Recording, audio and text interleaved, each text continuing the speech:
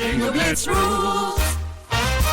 If your bingo has ads in it, That's not a bingo. if it doesn't have the coolest tournaments, mini games, and the most breathtaking design, Nope, not a bingo. if your bingo moment makes you feel so excited that you just want to burst in joy and scream out loud, bingo! Sorry, so you're playing... Bingo Blitz? Now that's a bingo. Go for a world of excitement with Bingo Blitz, the #1 free bingo game. Download Bingo Blitz and play for free. Now that's a bingo. My dad works in B2B marketing. He came by my school for career day and said he was a big ROAS man. Then he told everyone how much he loved calculating his return on ad spend. My friends still laugh at me to this day. Not everyone gets B2B, but with LinkedIn, you'll be able to reach people who do. Get a $100 credit on your next ad campaign. Go to linkedin.com/campaign to claim your credit. That's linkedin.com/campaign. Terms and conditions apply. LinkedIn, the place to be, to be. Let's hang out. Let's hang out. And let's talk about what Legends about. Let's hang out. And let's listen to two lesbians shout. Let's hang out. Let's hang out. Hey everyone, and welcome back to Let's Hang Out, the podcast that, of course, is a little bit obscene. That's the point! Wait, Lee, you actually remind me of Francis. Oh no! In What a do I good do way. with that? It's the glass. It's really just the glasses. It's the aesthetic. It's fine. I love It's Francis. fine. It's a good. It's a compliment. I love and hate Francis sometimes. It depends on the scene in the movie, honestly. Yeah. From the West Coast, I'm Lee Holmes Foster. And from the East Coast, I'm Ellie Brigida. To those of you who have been with us through this whole journey, thank you as always for listening. If you're a new listener, welcome. We're excited to have you here. And here's what's happening this week. This week in the Lesdom. This Week in the Lesdom is a place where we can touch base each episode about things going on with the podcast or otherwise. We want to remind you all to fill out our Tropha Trip survey at bit.ly/lestrip to tell us where you want to go on vacation with me and Lee next year and a bunch of other listeners. It's going to be so much fun. We also want to remind you that we are now in season 6, releasing Patreon-only bonus episodes about movies that we just don't really have time to get to otherwise on the podcast. So if you want to hear those, we have 2 of them that are out already, and our next episode is going to be coming out on October 17th. If you want to hear all of our thoughts about Gray Matters, and we know you do, you're going to want to join our Patreon. You can do that at bit.ly/lespatreon. We are also reviving our trivia. We are so excited. We have really missed it, and we're getting back on track. We had a lot to do to plan for the Flame, but we are back and ready to do our events. So on October 27th, we're going to be hosting First Kill Trivia. Very spooky, very vampy.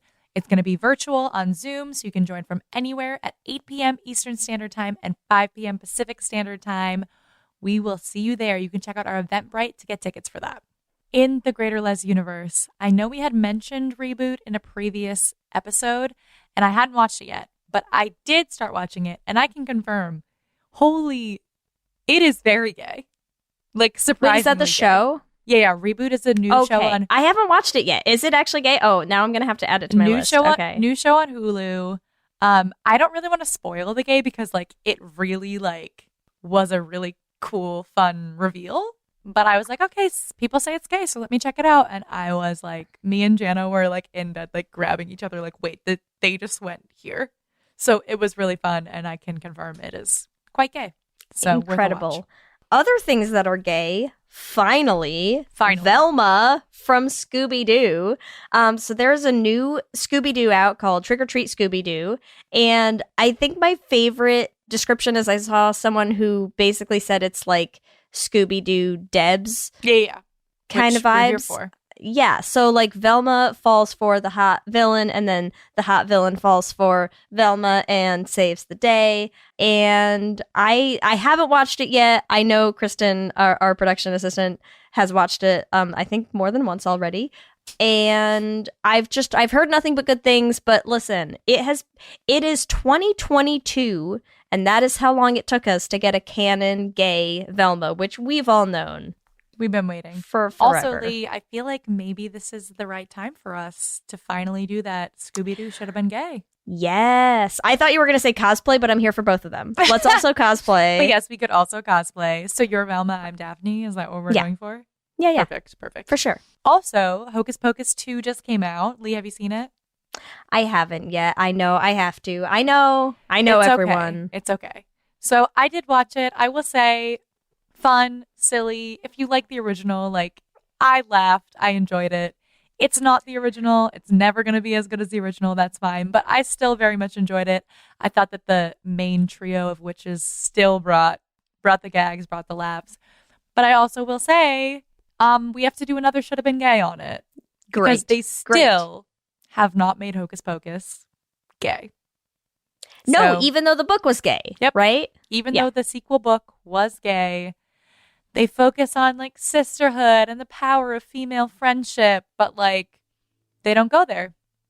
They do not go there. Disappointing. Very disappointing.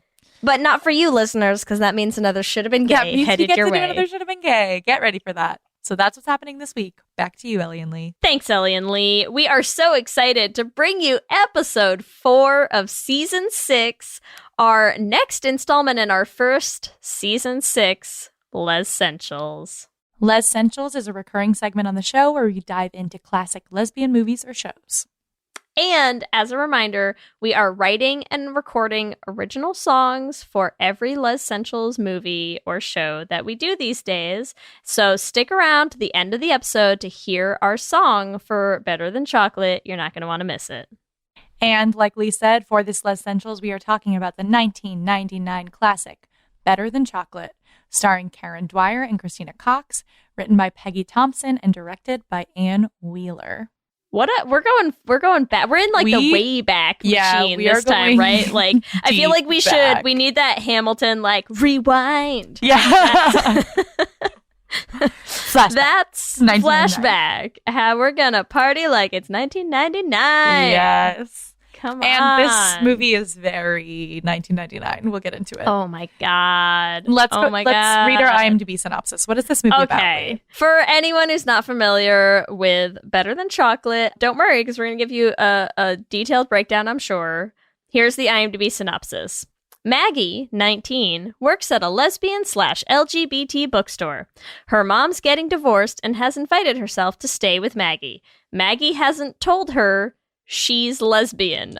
I am reading that verbatim as it is written in the thing. Okay. She's lesbian. Yeah.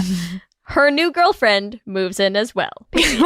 Also, end of synopsis. Oh my god, what a like first grade, like a first grader watch the movie. Like her new girlfriend moves in as well. As well. I mean, pretty accurate IMDb synopsis. Lee, had you seen this movie before? I hadn't. I'm a bad gay. No, I'm a terrible gay. I hadn't either, and it's been on our list. We're bad gays. We're bad gays.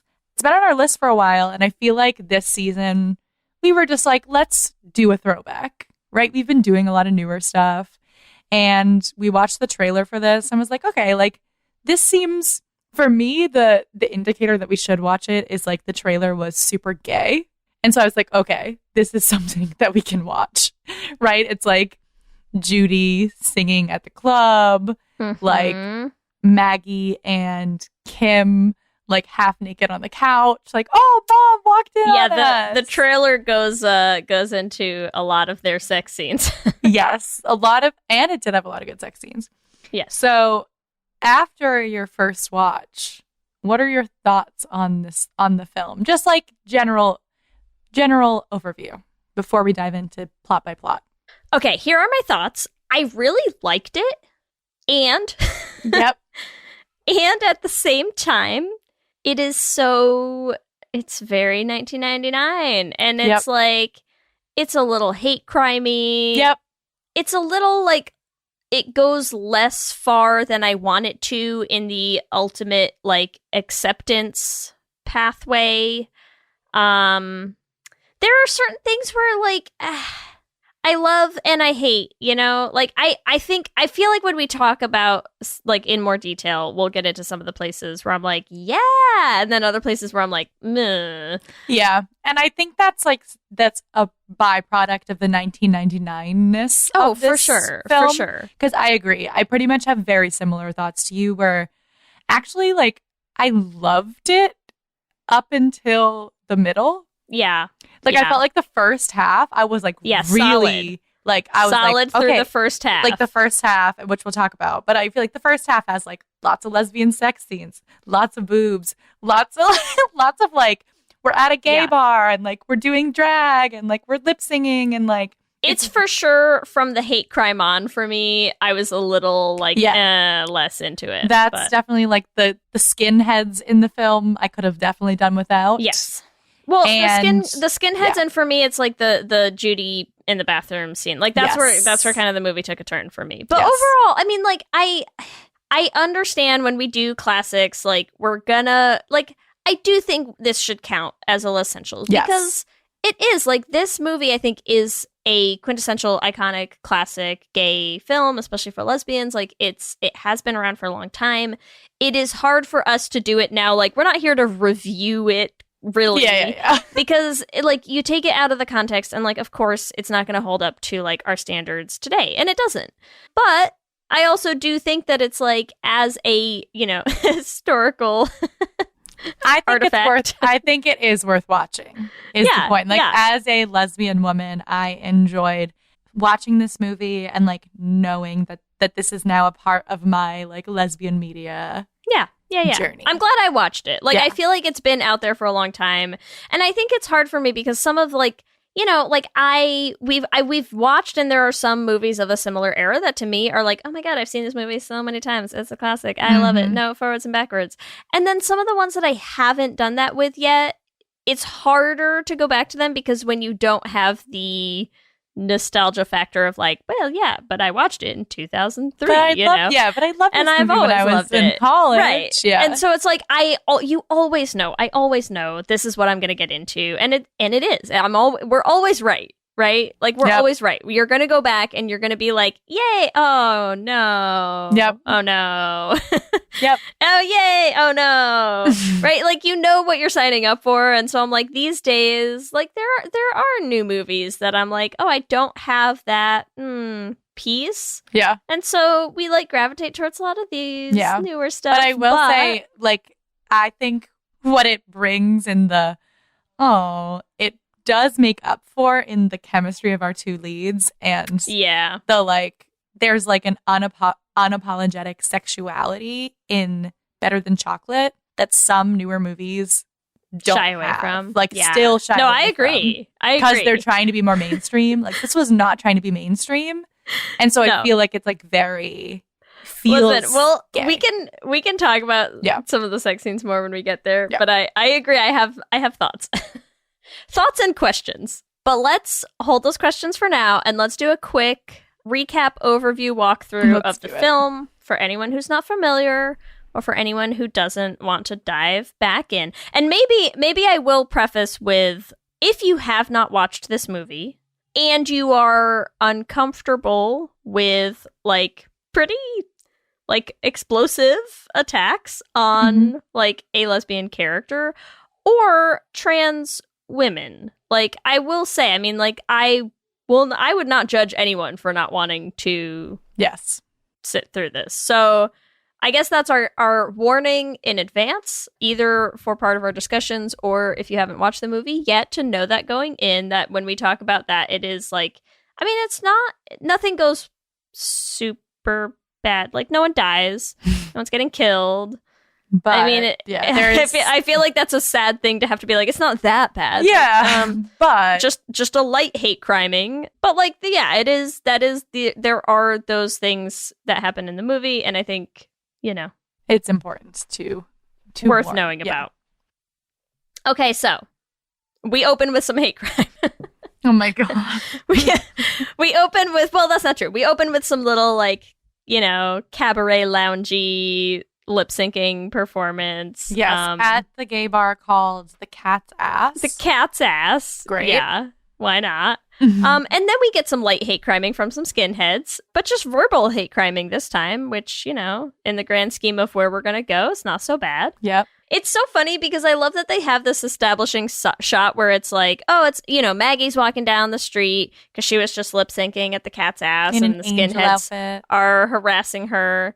And Kim drives up with her car and like scares away the skinheads in her van. And they have this little moment. And then they never reference it again, right? Like, yeah. But I feel like I was also going to say, like, it's like, hate crime, meet cute. Like the hate crime facilitates a meet cute. Everyone loves a hate crime meet cute. Who doesn't? Oh, God. Hate crime meet cute, new band name, called it. Bad.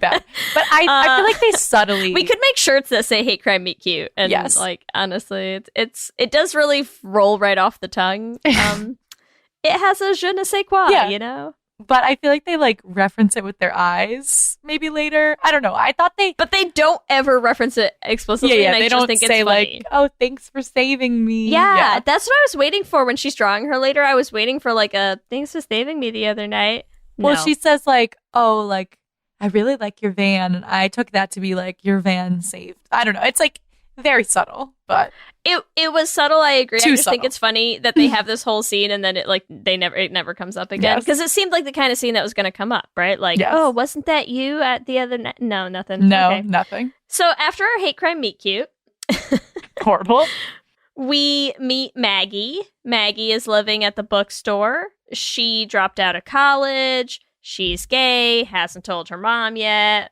Her mom calls up and is like, "Oh, how's everything going?" And Maggie's like, "Great, got a big old apartment that I'm living in and it's great and big and so big and great." And then her mom's like, "Fantastic, I'm getting divorced and your brother and I are moving in. See you soon, bye." Also, like, just this mom moving in with her 19-year-old daughter. Like, oh my God. The premise of it at all is like, oh my God. Is insane. Rough. Vaguely insane. So Maggie's got to find an apartment. She finds a place to sublet. It is owned by a safe sex educator and is therefore chock-a-block full of dildos. Everywhere you look, so a dildo. Many. Just, so what is many. this? Is it a mug for my coffee? No, it's a dildo. No, it's a dildo. Do you own plates? No, my cupboards are full of dildos. No. Is this toothpaste? No, it's a dildo. It's a dildo. It's okay. You can just, because your toothbrush is also a dildo. So it's fine. So it works. It all works. just a weird warehouse full of dildos is where Maggie's moving in to house her mother and her 17-year-old brother, neither of whom know she's gay. What could go wrong? Nothing. This movie dares to ask. Also, I would also like to say that I'm like already crying laughing. I can't.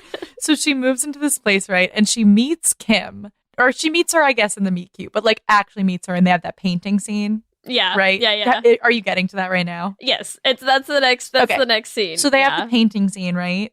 And she's like, and then she paints her, they go for coffee, and she's like, "My mom's moving in tomorrow." It's Thursday. Her mom moves in on Friday. And Kim also moves in on Friday, the day after they have met. It's incredible. Listen, there's so much, like, the stereotypes being covered in some of these intro scenes, wild. Because, like, I mean, listen, I was going to gloss over Carla, but maybe I shouldn't gloss over Carla. We need to talk about Carla. I mean, listen, some of you may have heard if you're a Patreon and you heard our Kissing Jessica Stein bonus Patreon episode, you'll know that we went off a little bit on the representation of bisexuals in, like, the late 90s, early aughts cinema landscape. And, like, oh my God, Carla like, hits the ground running in the same way. It's just... It's rough. So her character, right, her whole character is she hits on Maggie, and she's basically like, lesbians never want to date me because I'm bisexual. Then Maggie gives a dig to her about how she's omnisexual. Because she wants to sleep with everything and anything that breathes. And then to fast forward to our end for Carla, like just to give an arc of Carla. Then she basically seduces a 17-year-old boy, her brother, which was very uncomfortable for me to watch. I feel like we gave the hate crime warning. We should also give the, like, definitely, like, graphic, you're having sex with a minor in public on a bench. Like, what? Yeah, it's not great. Again, it's like, there's, sometimes you go back, like, we go back and watch a lot of older movies, and there are certain things sometimes where I'm like, listen, I understand that, like, there's stuff now where we're like, oh, wow, like, we have since learned, like, how insensitive some of our language was and society was, and, like, grown a little bit more aware and self-reflective and sure. And then there's other things where you're just like, were we literally all running around watching movies of people having, like, just having sex with minors? Like, yep. And no one was gonna, just no one thought that was fine. That was okay. Yep. And there's no reason for it. You could make him 18. He could be 18 and still in high school. And also he never went to high school. No. He also could have been her 18-year-old brother. Like, I don't even know. Yes. Like, or alternatively, you could have just not had him fuck Carla. Like, it adds nothing to the plot whatsoever. It's basically just there. God, okay, listen. We'll get to that scene and we'll talk about how fucking weird it is. But, like, Carla's whole story arc in this. Carla dirty. And they really, like, pigeonholed Carla as this, like, predatory... like bisexual, do bisexuals dirty, just in a general sense. Not good. So Carla, woof. Okay, then we do have the, like, drawing meet cute round 2 of, like, oh, you're so pretty and have beautiful eyes, and I'm drawing you, and it's great. And then we're getting coffee, and we're on a coffee date, and Tony's being a little bit homophobic, but it's okay because we're, like, so into each other on this coffee date. No kissing in the cafe. Look, Tony, he's just a little bit homophobic, fuck. Yeah, it's fine. It's fine, but it's also, like, is it just me, or is it, like, is this movie supposed to be set somewhere specific where, like, regionally they just use the word fuck weirdly? Yes. I mean, it's in Canada somewhere. So I feel like some of the ways they speak are just Canadian, and Canadian 90s. Is that just, like, a Canadian thing, fuck? Like, I don't get it. It was weird to me every time, and every time it kept happening, I kept being like, what world am I in? What universe is this? You're in the world of Canada. Canada. Fuck. Got it. I just didn't know. Sorry. Who knew? Sorry, Canada. I didn't know. So they have, like, they go on their little coffee date, and then they go... Then we have the first of a few in this movie, which, like, again... So it's not just that it's, like, quintessential 90s, it's, like, such a specific type of 90s movie to have the high speed montage. Oh yeah. Do you know what I mean? It makes me feel right at home. It's like, I hate them, but also I am nostalgic about those in a weird way. And to have a, like, basically, like, lesbian sex speed up scene, but, like, you're just speeding up the van outside. Yes. And they're slow inside. I liked it. I was like, it, like, created a weird, like, contrast that I was, like, kind of into, and then also kind of like, how do you get towed while you're inside boning? I mean, it's a huge van. Like, it doesn't really have windows. Like, they have no clue who's in there. I don't know, dude. I don't know. They were pretty loud throughout the entire film, though. So, like, that was a recurring theme. So who knows? Listen, maybe we can use this as our opportunity for our first one of these, because honestly, like, listen, I will give them, like, they're not bad sex scenes. Well filmed, well acted, into it, realistic, totally here for it. But oh my God, I want to know the studio sessions they must have had to ADR the moaning after the fact. Because, like, I'm sorry, but, like, not all of that can have been done in like while they were shooting, because some of them it's like, you know, you have the, like, it's, like, out of sync with the time running of the film, and so I like that those moans were like they were a little much. They were a lot. They were a lot. But I went from a little much to a lot real fast, and that's because they were. But you know what? I honestly liked it. I mean, I'm not against it. I'm just surprised is all. I feel like they were like, we're going to give you lots of realistic lesbian sex scenes, like more realistic than some of the shit we've seen lately. Yes. So I'm going to say. Because like, yeah. Because the moans, I feel like, stand out specifically as the thing that you don't always get. Like, even sometimes when you have a great sex scene, it's just dead very quiet. well fit, and it's very Dead quiet, or it's music, right? All you yeah. get is the music. And they were like, fuck that shit. Mm-hmm.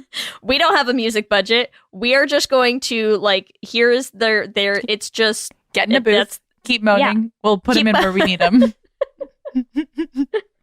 Actually, if you could just have sex in the booth, that'd be ideal. Perfect. We'll just use that. Perfect. Great. We'll just like splice them in as we need them. But like every sex scene that they had, the moaning is like off the hook.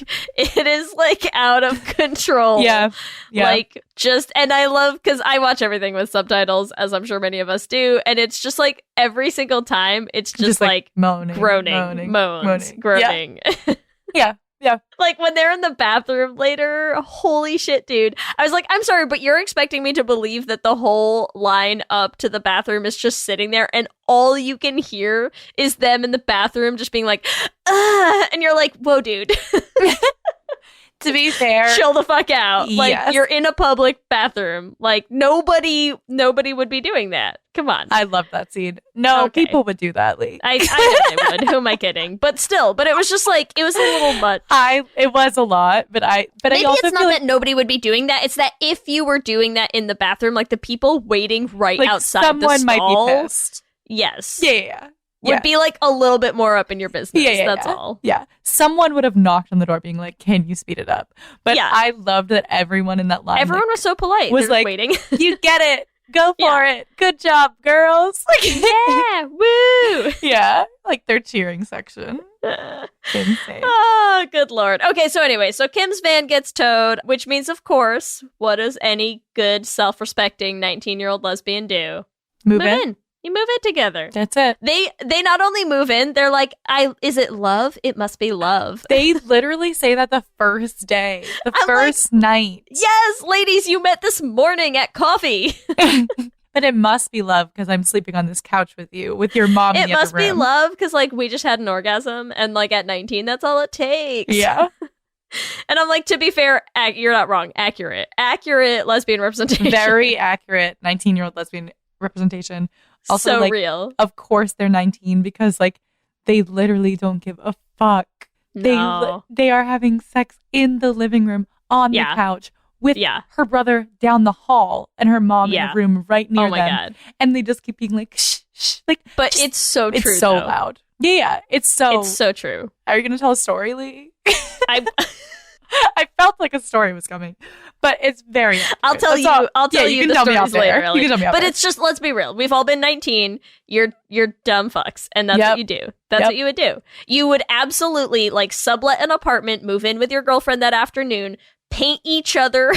Oh my God, the painting paint scene. Each other's bodies and roll around on some tarps, have sex in the shower afterwards, and then freak the fuck out when your mom and your brother move in until you have sex also, like, that night while your brother is in the hallway. Like, that is... It's very accurate.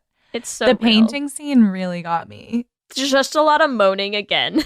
80-yard after the fact moaning of, it's like, oh, she's scratching like the backs of my thighs and I'm just moaning. And you're like, whoa, dude. Painting your butt. Here we go. Like, lots of really good boob shots, which I was great boob shots. Listen, they've got fantastic body. I'm not going to hold that against them. Yes. Like, why not? Why wouldn't you film that scene? If you looked like that, yeah. Honestly. Film that scene, fuck. Yeah, full do it. frontal nudity. Yeah. I was into it. Really good. It's good. All these sex it's a great scenes scene. Get an A++ from me. That's all I'll say. If you do nothing else, if you don't actually watch this entire film, go back and watch the sex scenes. They're great. Scenes. Yeah, they're the sex good. scenes and the painting scene, they're great. Great scenes. Just there's a smiley face on her ass. I know, the smiley face cracked me up. Yeah, that's all good. And they keep the paintings hung up, so when her mom comes, she's like, "Oh, beautiful paintings. These are that's your daughter's naked body." Thank you. That's your daughter and her lesbian lovers. Yep. Sex bodies. Sex bodies. Yeah. Moaning sex bodies. Yep. On a canvas. Goddesses. So anyways, Mommy-O and Paul show up, move in. You know, Maggie's doing a whole dildo cleanup, dildo roundup. Yep. round up all the dildos. She rounds up the all dildos them. way too late, though. Doesn't she round them up a little after bit. they move in? Yeah. And her mom's opening cabinets being like, I'd like a glass. These are condoms. Is the dildo. What? Yeah. Okay. Yeah, so they move in, they have sex again that night, and like not it's also the funniest thing to me is like I love when you do stuff where you're just like, but why? So they like they're on a futon. Yep. Like what is clearly a futon that But they refuse to to roll open. down. Yeah. They're just gonna sleep on a folded up futon.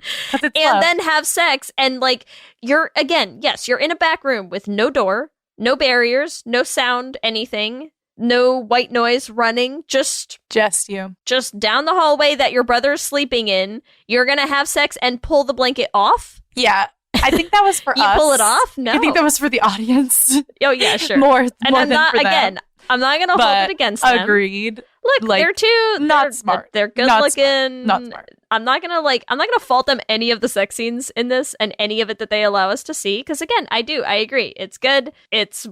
They're well done. Very well done. What am I gonna say? How many times are we gonna say this movie, Ellie? The sex scenes are great. They're great. I just think it's funny when I'm like, fold the futon down, put a blanket on top of you, shut the fuck up. What is wrong? Your brother is 3 feet away from you. They can't. Like, who? I feel like Maggie is incapable of being quiet, which is wild. Good for you, Kim. I and also good for you, feel Maggie. like, I don't know. Do we feel like this is like good for both of you? First girlfriend? I don't know. I don't know. I feel like it's her first girlfriend. I feel like maybe she's had like a few experiences before this. I feel like I would forgive Maggie more if it was her first girlfriend. They really write it like it's a first girlfriend. It seems like first girlfriend vibes. Yeah, that's all. They write her like a very baby gay.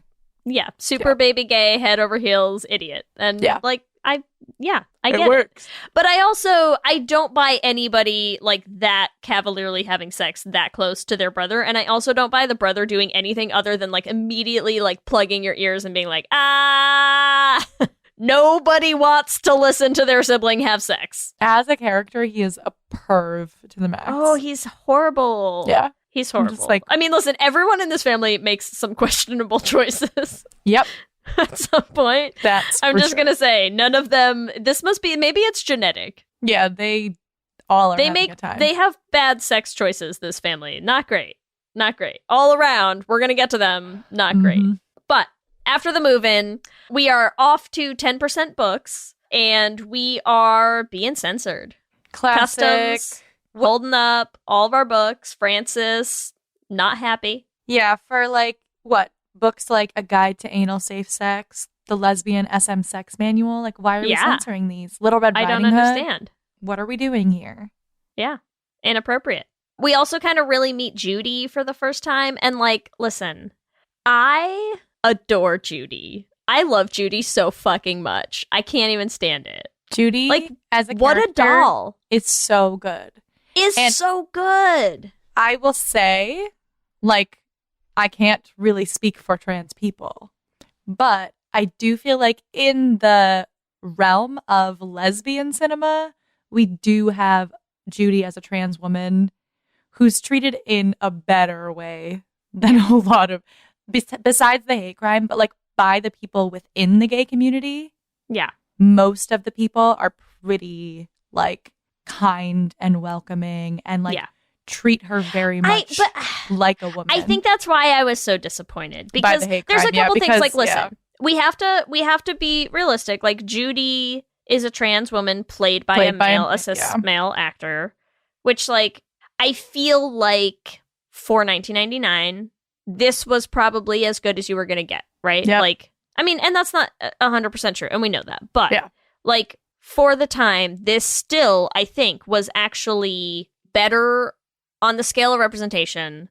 This was still better than a lot of stuff at the time. Mm-hmm. And the things like, yes, it is far from perfect. I think to call out the, like, because we're going to talk about some of the things that were not great, but to call out the things that I think were well done, Judy's beautiful. Mm-hmm. Right? And like, and I love that they just leaned into that. Like, she is not portrayed, like, honestly, I had to go and look up if this was a trans actor or not. Yes.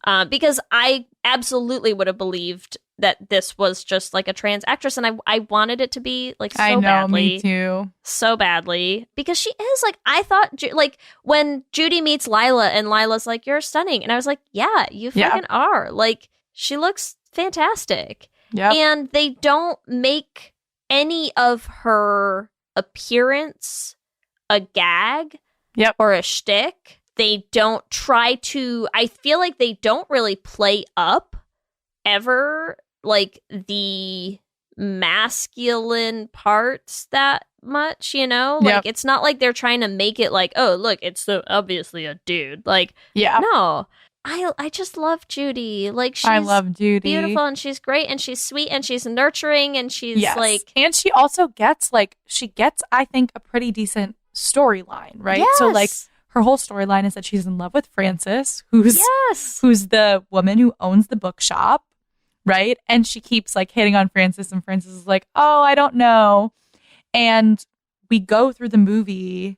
Really, I feel like the love story between Frances and Judy is also like a second, even though it's secondary, it gets a lot of playtime. Like, we get them dancing together, we get them kissing at the Frances's house. Yeah, we have a whole little subplot with them. Yeah, we get like Frances being like, I love you. Like, we find out at the end that like they've gotten married. Like, we have a happy ending for a trans character. Which I love. Which I love. I love it so much, I wish we hadn't had the hate crime. That's my only thing. I agree. If we take out the hate crime, like... If we take out the hate crime, it's amazing. It could have been actually, like, pretty positive. Yeah. And also have Judy be played by a trans actress. Those are, like, the only two things. But the storyline itself, like, the writers writing a trans story felt like they were doing it with care. Yeah. And I do, like, I agree. I love that Judy as a character, like, people around her are supportive and accepting of her identity, of her sexuality, of her everything. I love that, like, it's not, it doesn't ever, I get that that's what they're playing into is, like, Judy's fears over why Frances doesn't want to be with her. But I also feel like they never have Frances say that, right? Yes. Like, maybe this is just me and I'm, like, headcanoning this in because this is the story I want it to be. But, like, I don't read Frances's time, like, needing time to be with Judy having to do with her being trans. I feel like it has to do with Frances being awkward and not knowing how to date. Yes. But I don't feel like they ever really shy away from the fact that, like, obviously Frances is into her, right? Yes. Like, she's into her the whole time. She's just gay. I and also, panicking. Yes. Well, I also read that too of, like, maybe, like, Frances is also somewhere on the asexual spectrum. Oh, yeah. I could totally see that. Because there was a conversation between Frances and Judy where Frances says to Judy, like, I'm not that adventurous sexually. Yeah. Like, I haven't had a lot of threesomes. I barely had a lot of twosomes. Yeah. And so I think, like, that's her hesitation of, like, dating anyone is just being like, I'm not going to be sexual enough for you. Yeah. So, like, that was what I was reading from Frances. And I agree. Like, they're so fascinating. That there was some nuance to these two characters falling in love. Yeah. On both sides that, like, I agree. Judy seems concerned that Frances is not into her because she's trans, but Frances never says that and also says, I love you. Like, I know. They never they're so fucking cute explicitly at the end. have that. So, yeah. So I do feel like, cute. Yeah, like, any of the reasons they're, like, pushing and pulling are just about each of them as a person. Yeah. And not necessarily because of Judy's transness. I love their little storyline, honestly. Yeah. I'm, like, totally into it. Let's take a hot minute. We're going to hear from some sponsors, and we will be right back. This episode is sponsored by BetterHelp. And as we head into Thanksgiving time, I want to start by thanking my wife, Kelsey, who has not only listened to just about every episode of this podcast for 8 seasons now, but who also is the only reason I'm able to make time to record it every week. She takes the kids, gets them dinner, and gets them ready for bed, just so that Ellie and I can come on and yell about gay things into each other's faces for an hour. So here's a reminder to send some thanks to the people you're grateful for in your life, including yourself. I've been in therapy for a long time now, and one thing that's so important about therapy is how it teaches you to be more intentional. And being intentional about gratitude and how to show that to the people you appreciate is just one of the many benefits that I've gotten from therapy over the years. If you've been thinking of starting therapy, consider giving BetterHelp a try. I know how hard it can be to find time for regular therapy, and BetterHelp is designed to be flexible and convenient for your schedule. You can fill out a brief questionnaire to get matched with a licensed therapist, and you can switch therapists at any time for no additional charge. If you want to start being more intentional about gratitude in your life, visit betterhelp.com/lezhangout today to get 10% off your first month. That's BetterHelp, HELP.com/lezhangout. Let's hang out. You chose to hit play on this podcast today. Smart choice. Progressive loves to help people make smart choices. That's why they offer a tool called Auto Quote Explorer that allows you to compare your Progressive car insurance quote with rates from other companies. So you save time on the research and can enjoy savings when you choose the best rate for you. Give it a try after this episode at progressive.com. Progressive Casualty Insurance Company and Affiliates. Not available in all states or situations. Prices vary based on how you buy.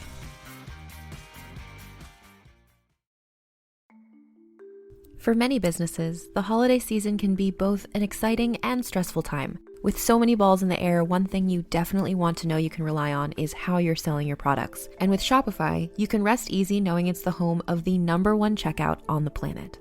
Nobody does selling better than Shopify. And when it comes to successful brands like Aloe, Allbirds, or Skims, an often overlooked secret is all the things that go on behind the scenes that make selling and, for shoppers, buying simple. For millions of businesses, if you take a peek behind that curtain, you'll see that Shopify is what makes it all possible. Shop Pay boosts conversions up to 50%, so that's more happy customers and way more sales going. It's true all the time, but especially this time of year, your commerce platform better be ready to sell wherever your customers are scrolling or strolling, on the web, in your store, in their feed, and everywhere in between. Businesses that sell more sell on Shopify. Upgrade your business and get the same checkout we use for Realm merch with Shopify. Sign up for your $1 per month trial period at shopify.com/realm, all lowercase. Go to shopify.com/realm to upgrade your selling today. Shopify.com/realm.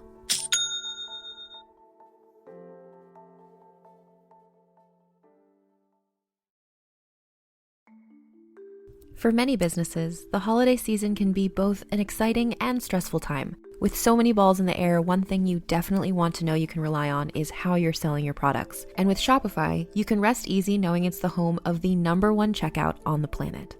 Nobody does selling better than Shopify. And when it comes to successful brands like Aloe, Allbirds, or Skims, an often overlooked secret is all the things that go on behind the scenes that make selling and, for shoppers, buying simple.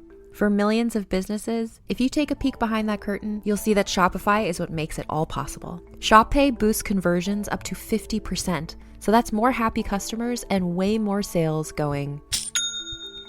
It's true all the time, but especially this time of year, your commerce platform better be ready to sell wherever your customers are scrolling or strolling, on the web, in your store, in their feed, and everywhere in between. Businesses that sell more sell on Shopify. Upgrade your business and get the same checkout we use for Realm merch with Shopify. Sign up for your $1 per month trial period at shopify.com/realm, all lowercase. Go to shopify.com/realm to upgrade your selling today. Shopify.com/realm.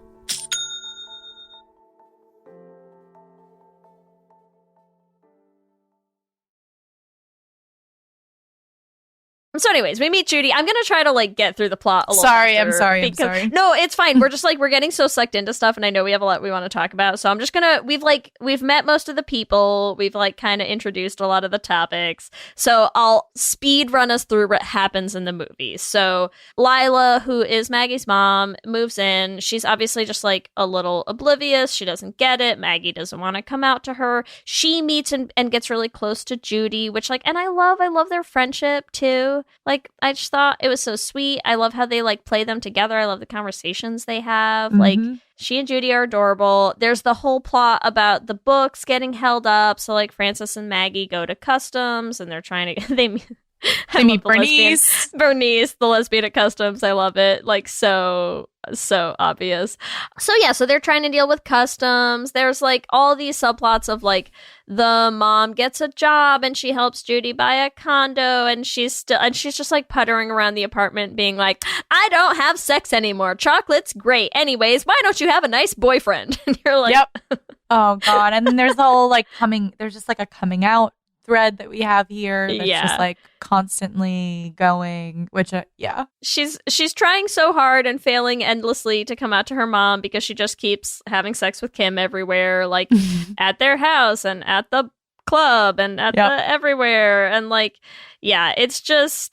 it's all a little much. Judy gets the really cute transgender song, which like also I loves. I was there for that. I'm not a drag queen. Yes. Yeah. Love it. Like, she was just, I just love her. I just want a movie about Judy. Just give me the Judy movie. I think Judy is pretty freaking awesome. Give me the sequel where it's no hate crime, just Judy and Francis like moving in together, and it's cute. But anyways, instead of that movie, what we get is sex with a minor interspersed with scenes of his mom finding a vibrator. And it's just like, listen, when we talk about this family and their genetically poor decisions surrounding sex, Paul, you're 17, buddy. Why is everybody giving you alcohol? Nobody in this movie is legal to drink, and like everyone just keeps serving them alcohol in ways that you're just like, okay, 1999. Is the drinking age different in Canada? Oh, it is in Canada. Oh my God, you're right. That's why I totally blanked on this movie being set in Canada. Yeah. So that's true. So maybe it is. Okay, fine. I'll forgive it. Okay.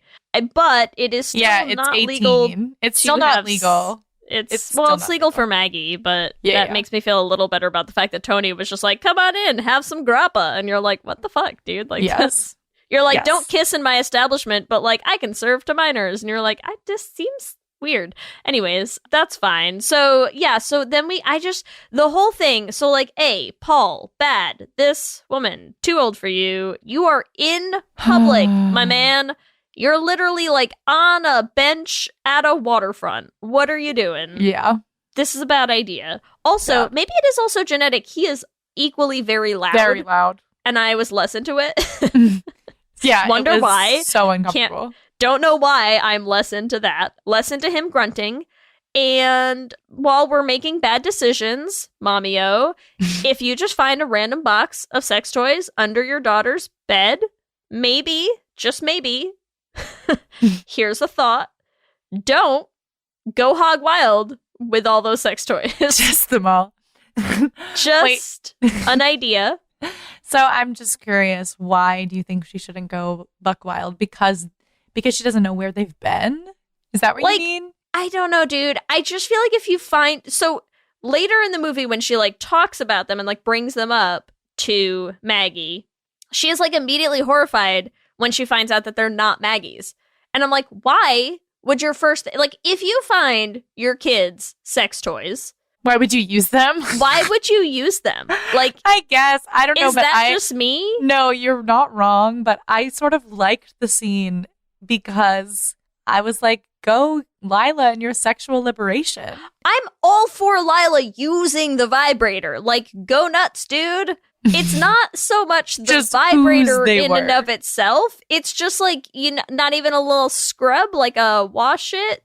Nothing. You just find a box of sex toys. Like dusty sex toys. Also, they've been under the bed. Yeah. And you're just like, ooh, let's assume they just didn't want to show her cleaning them because it would have taken us out of the mood. God, I hope so. Because honestly, and I just like, it's so wild to me that like then later she's like, wait, but like whose sex toys were they?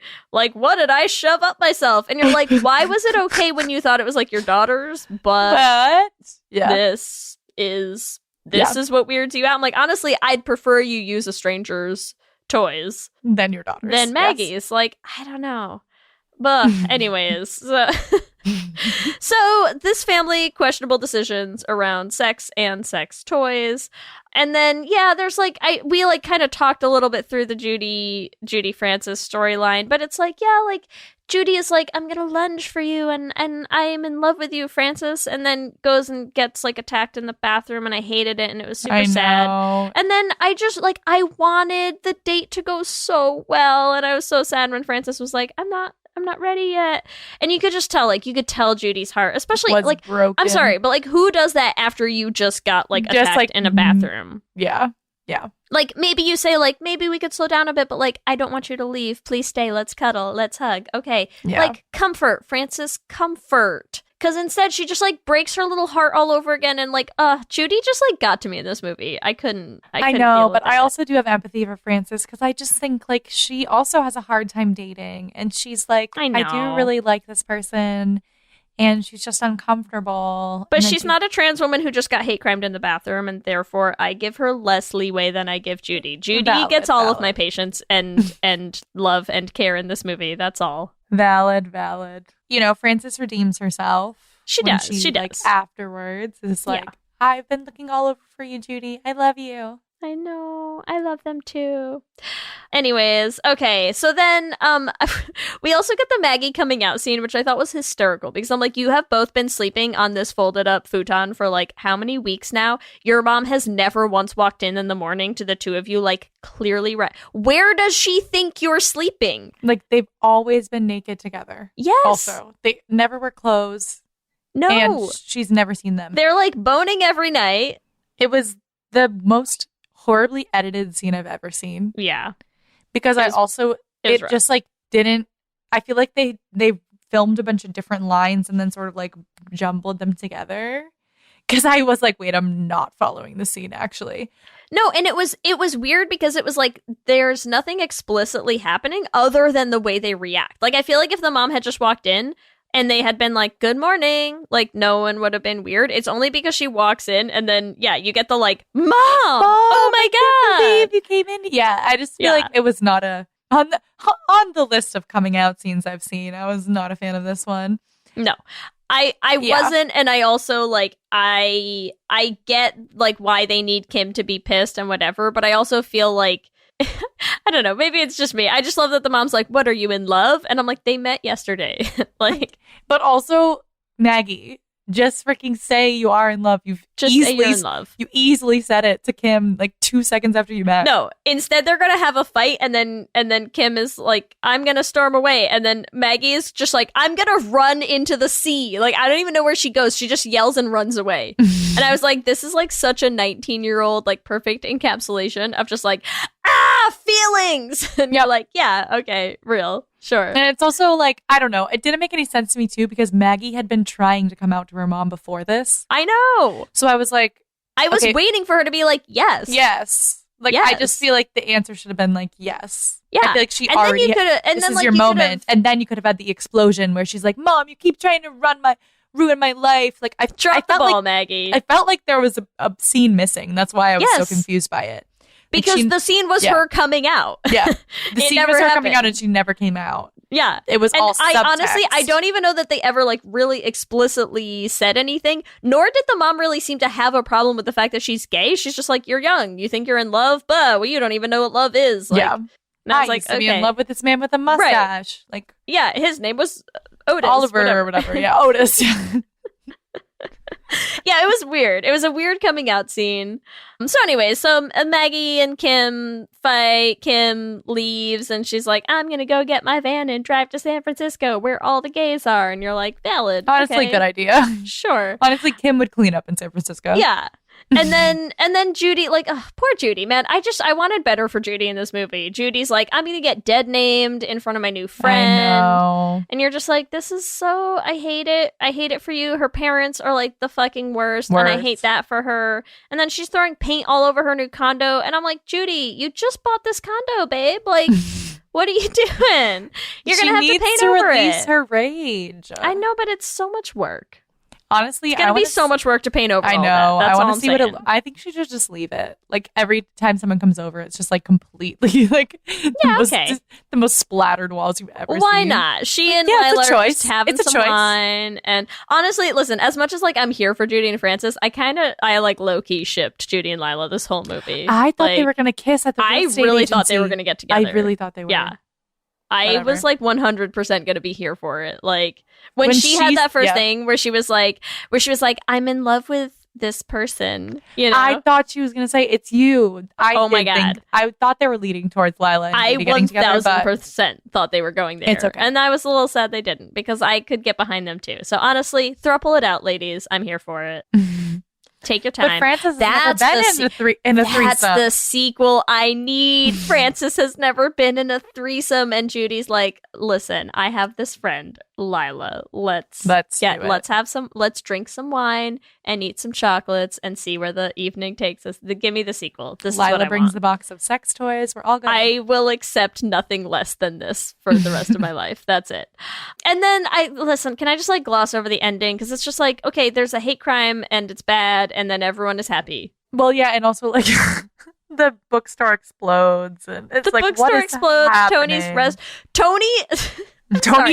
Tony's seriously there disfigured. Tony's just like there trying to hook up a gas oven, and he's like, "Yeah, you don't need to turn the gas off. It's just like psh, out the wall." And he's like, "Can't get this bad boy screwed on this nozzle." And you're just like, listen, even if you don't have skinheads throwing flares into your restaurant, like don't run your gas. Yeah, what are you doing? What are you doing? Like, who does this? Yeah, that's why Tony's would like do that? clearly Like, has some. I don't understand. Like, Tony just walk into kitchen sometimes and just be like, "Oh, I think I'm gonna cook something. Let me just like start the gas going, and then like I can really go for a cigarette right now." Like, oh my God, what are you doing, Tony? Like, turn the fucking gas main off.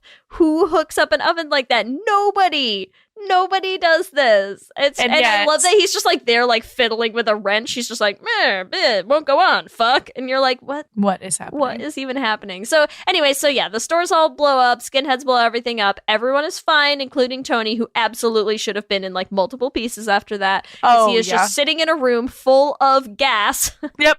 Just sitting in a block of gas, getting set on fire. But he's fine. Everyone's fine. Judy and Francis are in love. Maggie and Kim are in love. Tony's doing shots with Lila because he's like, better make a move because I literally just got exploded. And then we get the cute like ending montage credits of like Judy and Francis get married and Maggie and Kim go to women's festivals. And you're like, okay, sure. A 90s movie ending. Perfect. Yeah. I mean, that's one of the things that is on our Lez-ssentials list is like happy ending. Happy ending, me, right? Happy Literally endings. Everyone in this movie gets a happy ending. Yeah. So I know it like feels like a low bar to check, but really it's a difficult bar to check. So dude, especially in the 90s. I'm going to give it a big check mark for late 90s happy ending. Yeah. And because I'll be honest, like here's the thing. Until the scene in the bathroom where they attack Judy, I was so impressed that I was like, wow, is this a 90s movie that is just going to have like this beautiful, refined trans woman who just like everyone accepts and like doesn't, have to go through like any sort of like just what I knew was coming, I guess, somewhere in the back of my head. And I was like so fucking excited about it. And I think that's why like this movie really did take a turn for me because I was not expecting it and I was so disappointed. Yeah. But I also like the second that woman walks into the bathroom behind Judy and I was like, oh no. Like I honestly like my heart just like dropped because I was like, is Judy gonna die? And I was like so sad because I was like, I do not want to watch this movie where like Judy is just gonna be like, oh, I'm like finally gonna find love and then dies. And I like really, really could have seen that coming. And so I was like, I will give it that like everyone gets a happy ending. Like everyone ends happy and in love and paired up and accepted by, I'm like, yes. We didn't super get Lila giving us like I don't care everything's good. But I don't care how you were born, Judy. You're my friend. Like I wanted more. Yes. I wanted more explicit, But still, for the 90s, it's like Lila sees her daughter making out with her girlfriend. Like they just make out in the street. And like Maggie's like, I don't care. I'm making out with Kim wherever I want. You can watch, Mom. Like for me, I was like, that's the we're having sex right now. I don't care if you're making tea. That's the like coming out where I was like, okay, clearly pretty obvious. They're in love. I love that they traveled to women's festivals. Like that's their whole thing. I'm like, what a life. I'm like, I would love to have been a lesbian in 1999 and just like hop in a van with my girlfriend to go to women's music festivals. That sounds freaking awesome. Yeah. They're just like, get in the van. We're going to Dinah Shore. And you're like, okay, sure. Yeah. Why not? And then she's like, we're just going to paint people's bodies. Yeah. I'm down. It sounds great, actually. Just like couch surfing. How do I do that now? Yeah. I'm like, wait. That sounds great. Yeah. So that's one of the things I really liked. Let's talk a little bit about, let's talk about the mom and the coming out stuff. Because I feel like the entire storyline is like, I live with my mom, but I can't come out to her. And I just really never felt like we had a satisfying coming out. No, I wanted a satisfying coming out, and I wanted a satisfying acceptance. Like that's the big thing that this movie can't tell if is Lila's missing homophobic or not. Yes, like I feel like she still seems homophobic. Well, and honestly, you never even really got whether she is like. It's so she plays it so close to her chest. You know, like even when she finds out about Judy, she doesn't really say anything. She just kind of gets the hand on her chest. Yeah, and you're just like, but yeah, she never like says what she thinks. But I feel like I would rather her say it. I needed it. I needed more. Yeah, and then too, like I get that Maggie's 19 and this is the first time she's ever coming out to her mom. But yeah, I just feel like that never really lands. And then I think too, like Kim is understandably upset. Like Kim is upset because Kim is so out. Like even from the beginning, she's like, I'm out. Like, and her girlfriend is like in front of her mom, basically being like, I don't love you. Yeah. Like that's rough. And let's talk about Kim too. Kim is such a 90s lesbian. It's, what's funny is like, we talk a lot about like 90s movies where we're just like, wow, why did you write these like white bread male romantic leads that like we don't know anything? Like it's why when we do Should Have Been Gays, right? And we're all the meat is there between like the girls because you just give us these characters that like we don't know anything about. Like I feel like Kim is written like a 90s male lead to me. Like we know nothing about her. We're just like, you have a van and you're hot. And you're hot. That's it. And you like you were really going for this girl.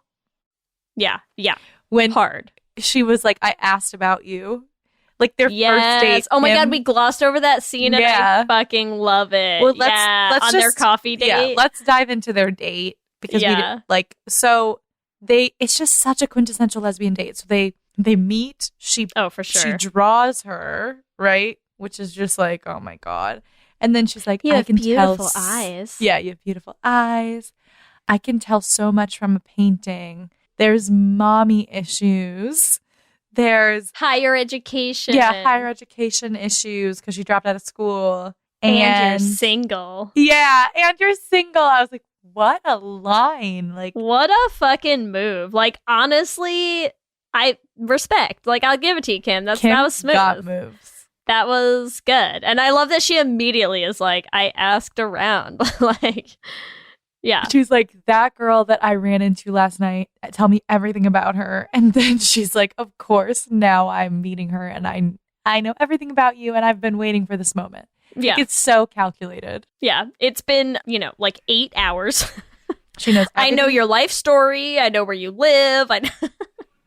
Literally. She's like, so you sleep. She's like, I camped out in front of the place where you work and sleep. And I figured you'd come here at some point. Yeah.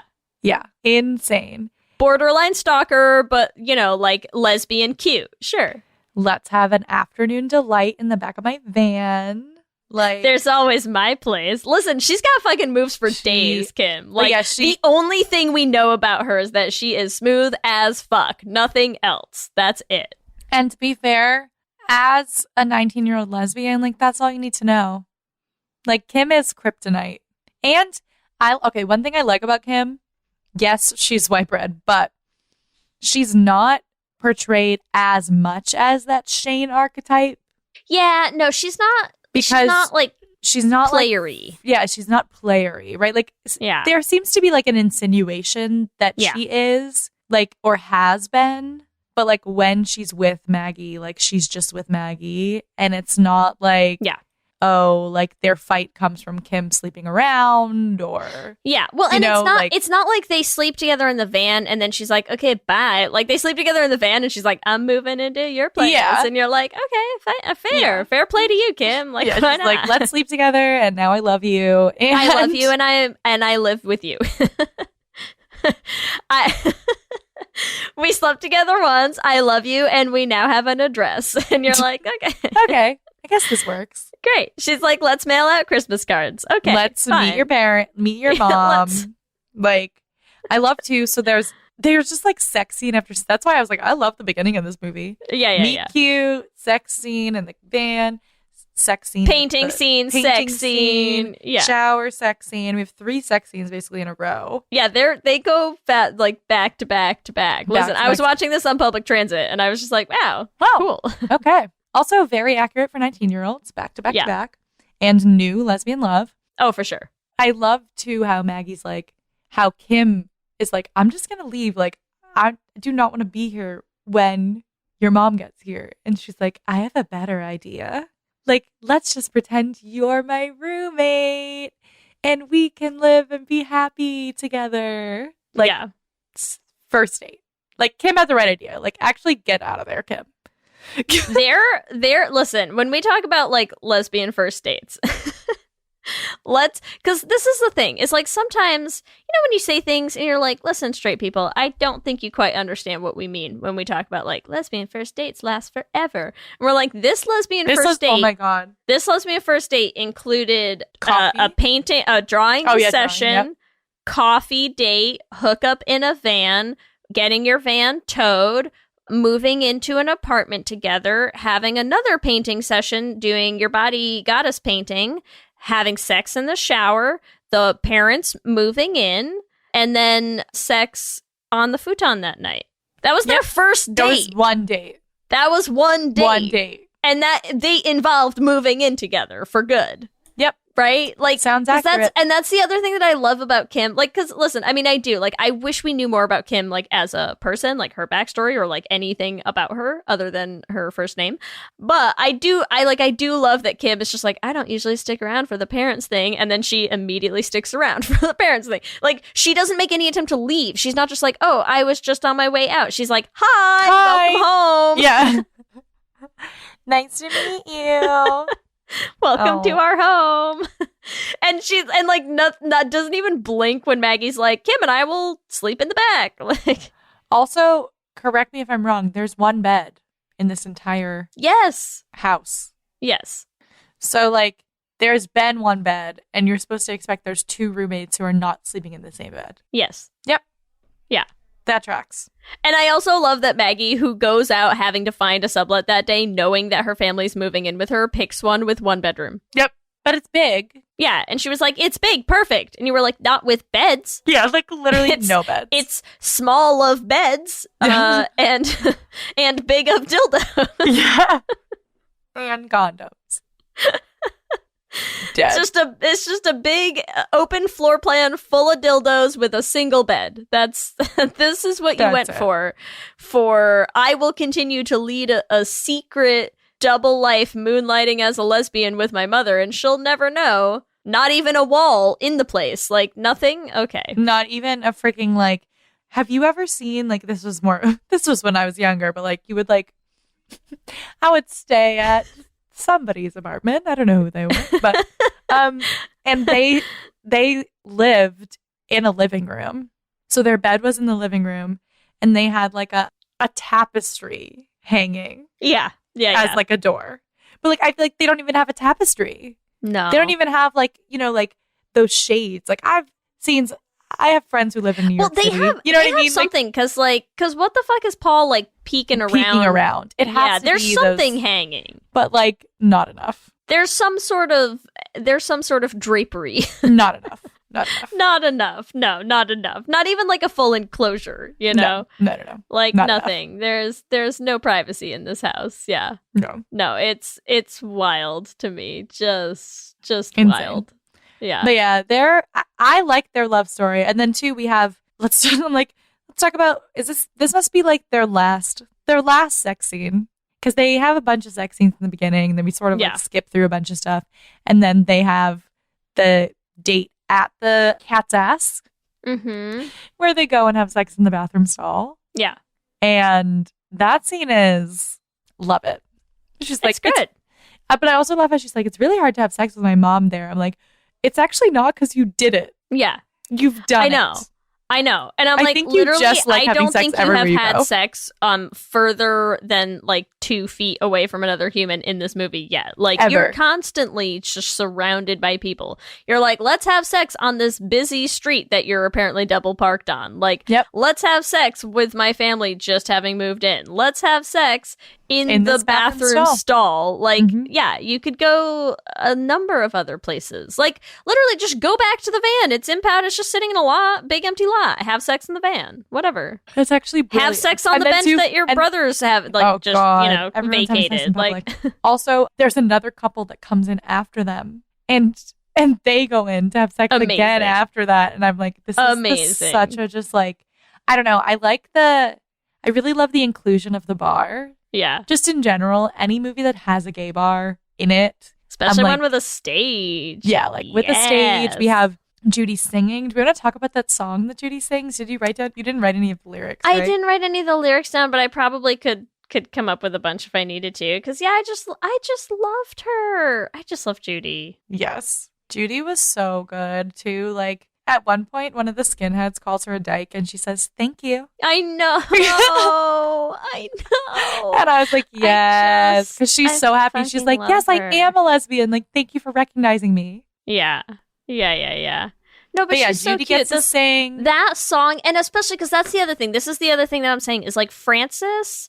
Like, when she comes over and sits on Frances's lap and is singing to her, like, this is not a situation where Frances is like, oh my God, what do I do? Like, Frances, that whole song is, like, on the edge of her fucking seat being like, holy fuck. Like, Judy is so amazing and hot, and I am so into it right now. And I love it. Like, I just love that they let her have those moments like that. Like, she's just so fucking great. I know.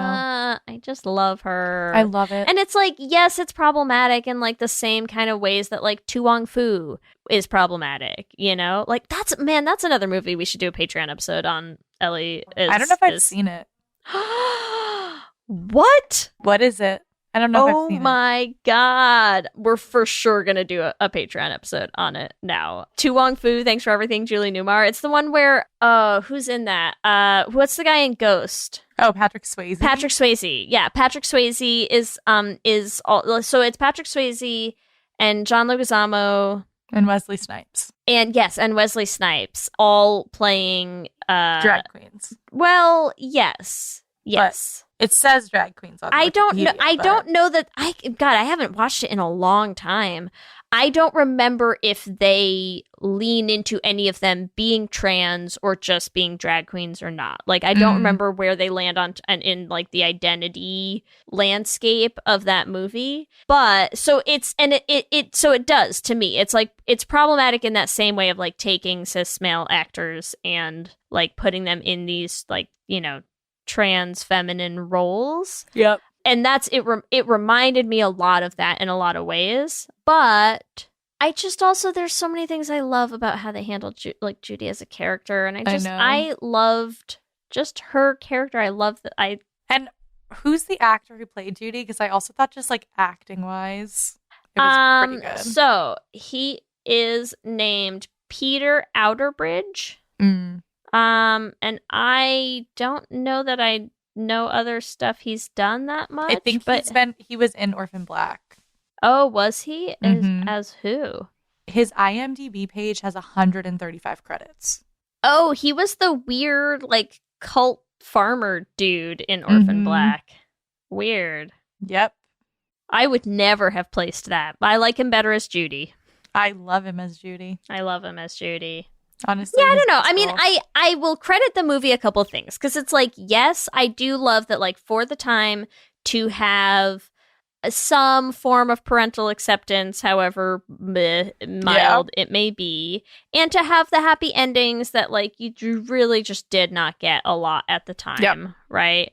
Like, I'll give it the credit for that. I do think that, like, there's a reason that some of the other movies of a similar era that we are not covering as Lez-ssentials, like, just don't quite get there as much as this one does, even though this one still had a long ways to go. Yeah. I'll give it the credit for that. Like, there are a lot of problematic things still, like, both on the trans front, on the bisexual front, on the having sex with a child front, you know, like, just those things. Things that, like, meh, aren't great. But also the final thing I do want to say about this movie too is like why after watching the trailer we decided to do it is like the unapologetic gayness of it. Yeah, like the fact that like you have Bernice who comes in and like it's like Francis like literally is like, oh Bernice, I saw you at the Women's Music Festival, and like all the lesbians know each other, and like we have this like lesbian bookstore with the rainbow flag right outside of it. And at the end, Maggie is literally like completely naked, basically saying like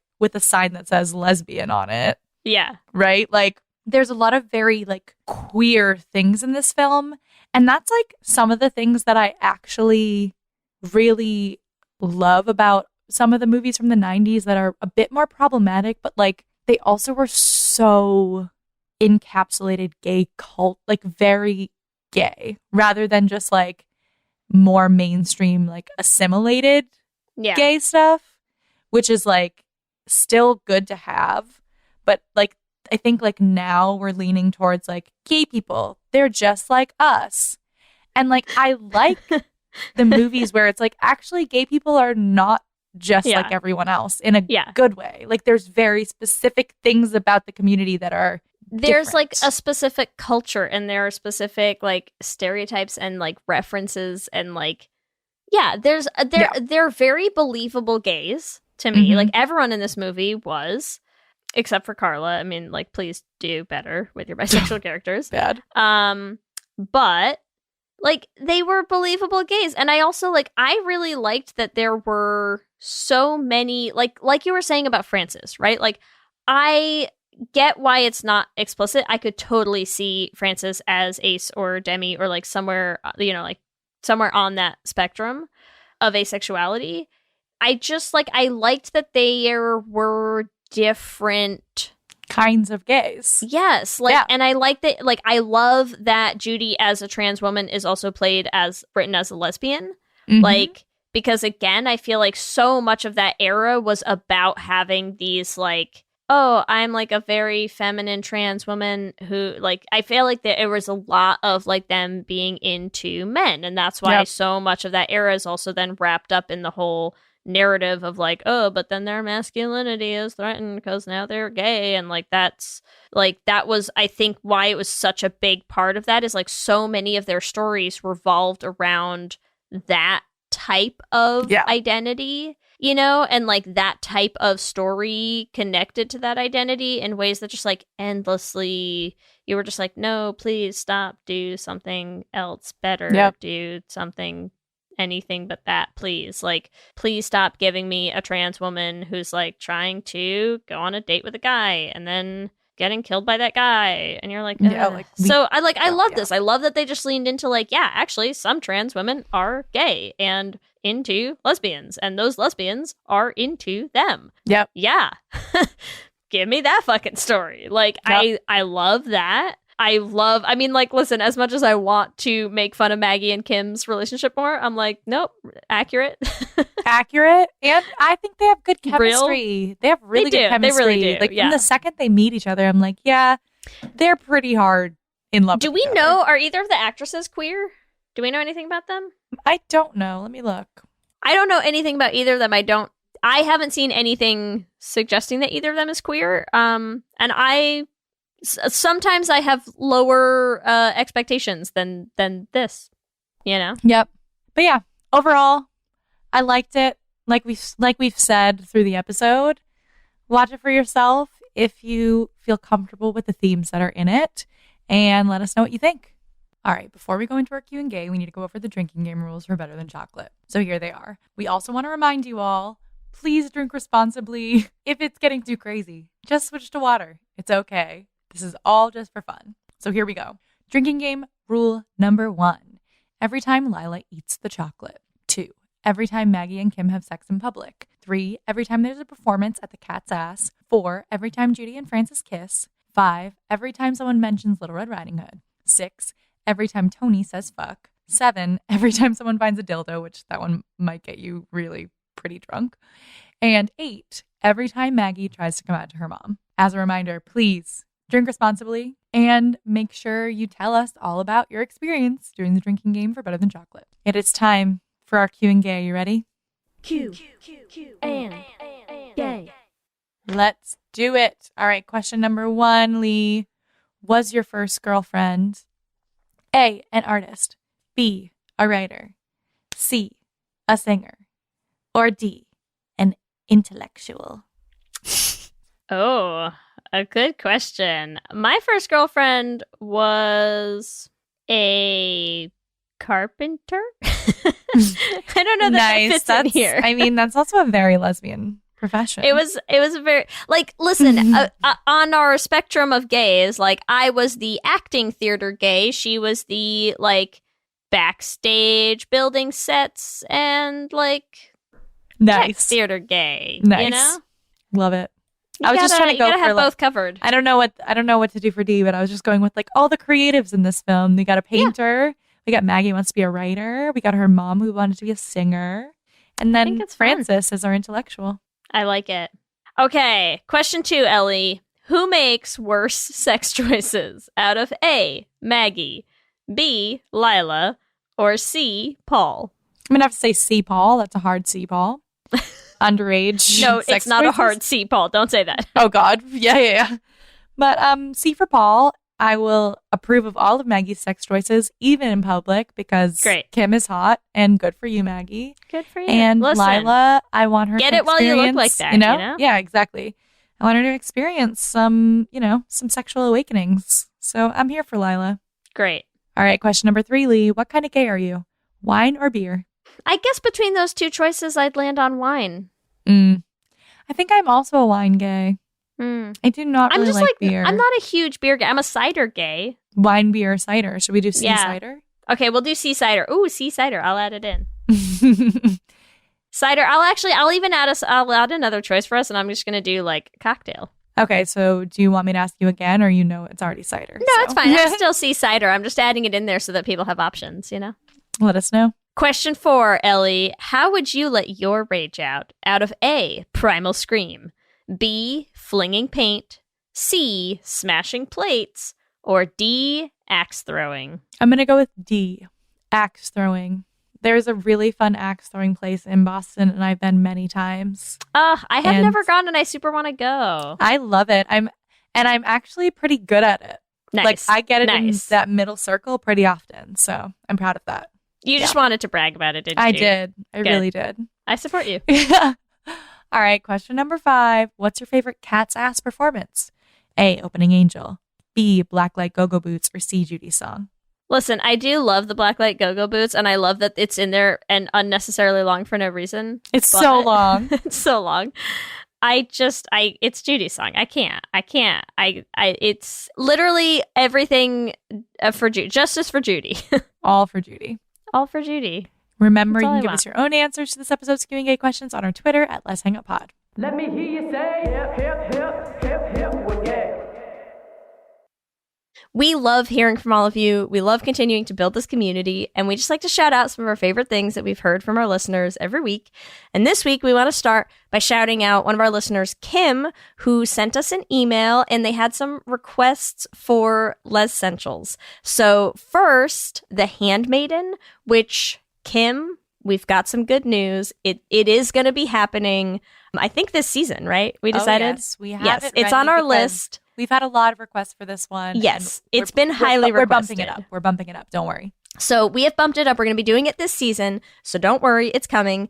And also they requested some other films. They said Lesser Known, Kajillionaire, and A Date for Mad Mary. I don't know either of those, so I am excited to check them out, and we'll see. We'll add them to the list, and we'll see what happens. We'd also like to shout out Maggie, who reached out to us on Instagram after listening to the Freaky Friday episode and said that they also used to have the earthquake joke between them and their sister. So I know, it's hilarious. What a great joke. It's a great joke. Maggie. And it's always good to hear from you, Maggie. We love the updates. Keep them coming. Yes, keep them coming.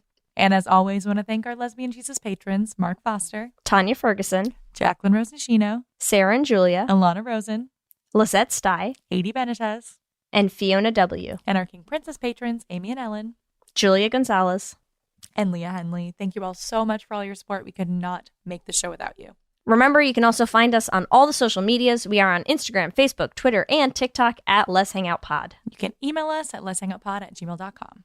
You can check out our website at letshangoutpod.com. Whatever app you use for podcasts, make sure you subscribe so you'll be the first to know when new episodes drop. We also have videos going up on our YouTube channel. You can subscribe to that at youtube.com/letshangoutpod to catch those. Let's Hang Out is an independently produced show hosted by us with audio production by me. Our production assistant is Kristen Murison, and Twitter shenanigans and a bunch of other things by Lee Holmes Foster. If you want to help support this little independent podcast, there are so many ways that you can do that. The first is to leave us a rating and a review on the Apple Podcasts app or on whatever app you use to listen to podcasts. It helps new people find the show. If you want to join our Patreon, you can do that at bit.ly/lespatreon. We would love to see all of you there. You get access to our Patreon-only Discord chat, Lez-ssentials watch parties, and this season we have started to release bonus episodes. So there are 2 new bonus episodes already out, and next week we will have our 3rd bonus episode for Grey Matters out.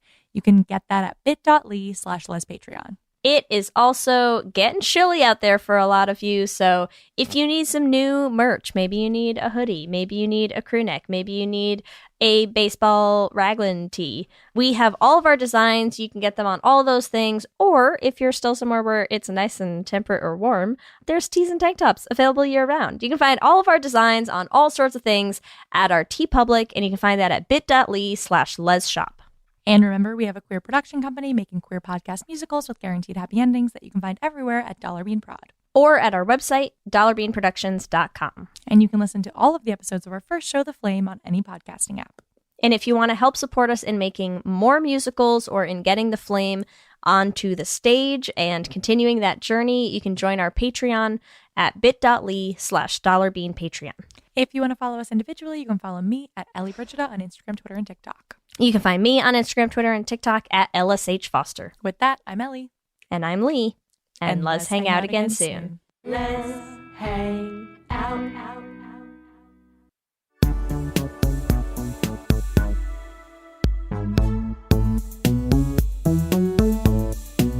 I've got a box of secrets under my bed. Yeah, I've got lots of secrets up in my head. And if I pick one out, will it be soft inside like a chewy little nugget you've been dying to try? Because you've got to play it cool, got to break the rules, got to find a bit of what it takes to make it through to you. Because I don't like vanilla and I'm not a fan of cinnamon, but it doesn't kill you when you let a new opinion in. 'Cause I thought I knew what love meant, and that it was sweet like a chocolate. So if you're asking me about forever, let me do you just a little bit better. I'm on the road tomorrow, but I'm here for today. But I might not go tomorrow if you ask me to stay, because I'm not the type who likes to stick around. But I got a funny feeling you could keep me in town. If you believe that this is love, feel it's strong enough. Be a little bit of what I need to see it coming true. Because I don't like vanilla and I'm not a fan of cinnamon, but it doesn't kill you when you let a new opinion in. 'Cause I thought I knew what love meant, and that it was sweet like a chocolate. So if you're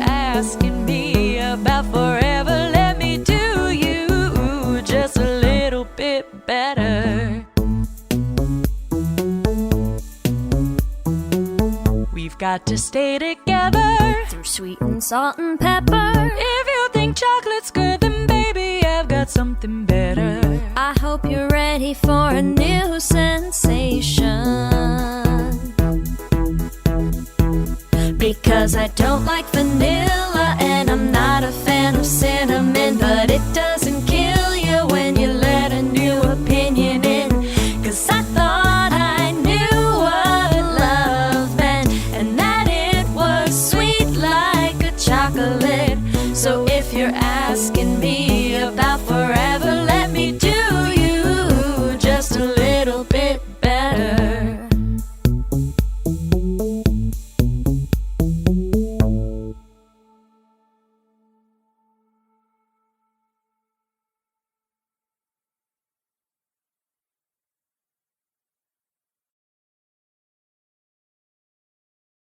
Buffet brawlers, glory holes gone wrong, cannibalistic castration cabins, public poopers?